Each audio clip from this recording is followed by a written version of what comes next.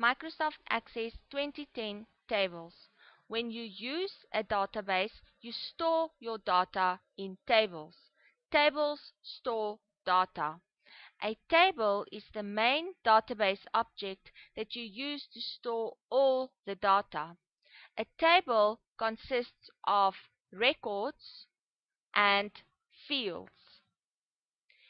A record is also called a row.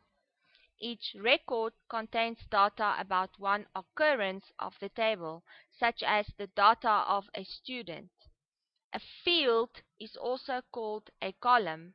Each field contains data about one aspect of the table, such as the surname or the name. A field is identified by a field name. A field name normally describes the type of data it contains.